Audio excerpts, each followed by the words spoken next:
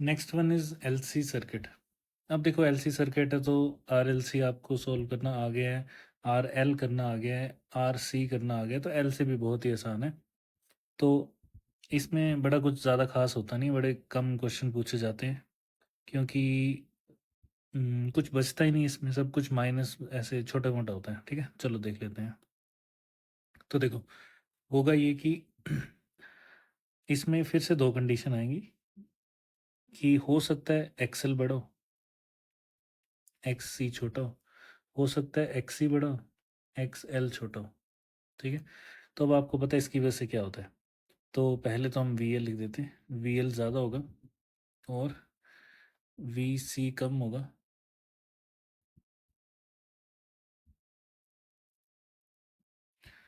और यहाँ पे वी सी ज़्यादा होगा, वी एल कम हो जाएगा। और अगर हम z की बात करें तो अब देखो z का फॉर्मूला क्या होता है, आर स्क्वेयर प्लस यहाँ होगा एक्सएल माइनस एक्सी और उधर आ जाएगा एक्सी माइनस एक्सएल। लेकिन आर तो है नहीं हमारे पास,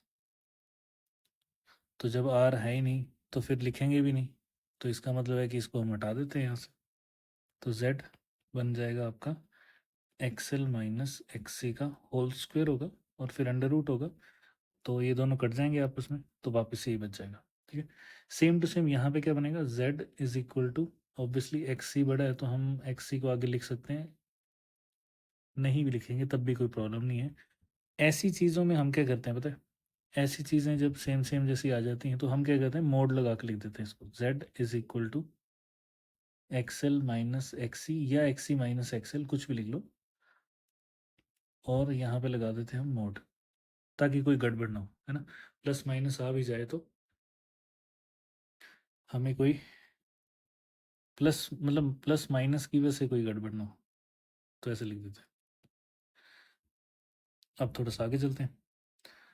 तो अगर हम करंट वगैरह की बात करें तो जैसा कि आपको वोल्टेज का लीड लैग दिख ही रहा है। ठीक है, तो अब साफ साफ सी बात है, यहाँ पे अगर हम वोल्टेज का फेजर डायग्राम बनाते हैं जैसा हमने आरएलसी सर्किट में बनाया था, तो अब इसमें वी आर तो है ही नहीं, तो हम वहाँ पे शो कर देते हैं करंट, यहाँ करंट है।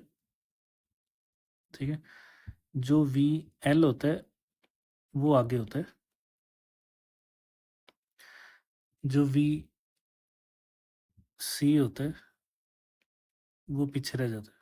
ठीक है, तो इसका मतलब है कि वी एल और वी सी में खुद में कितना फ़र्क है, 180 डिग्री का फेज डिफरेंस आ गया।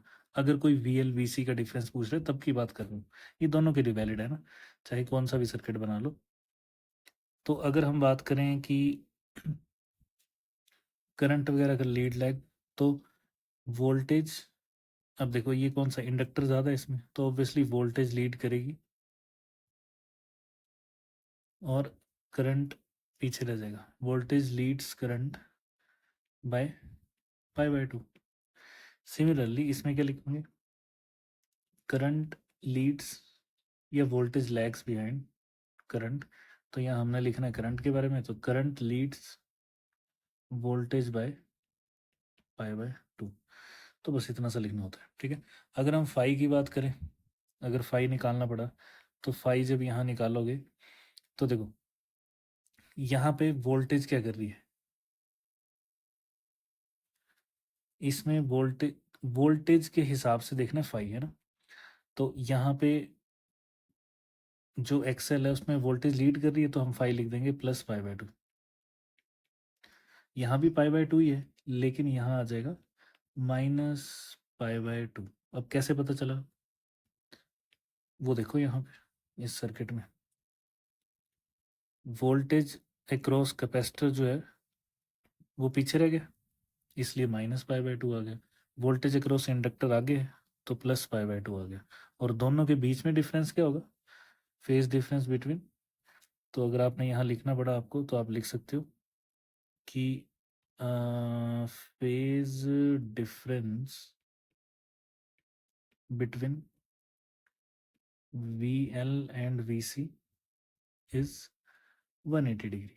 मतलब पाई। तो ऐसे करके हम शो कर सकते हैं, ठीक है। अब इस केस में ना क्योंकि आर नहीं है, तो अगर आप डायग्राम बनाना चाहोगे, जो आपने ऊपर जेड की डायग्राम बनाई थी, तो क्योंकि आर होता है इसलिए जेड मिनिमम बच जाता है, लेकिन इसमें नहीं बचेगा। इसमें ये पूरा ग्राफ नीचे टच होके ऊपर की तरफ आएगा,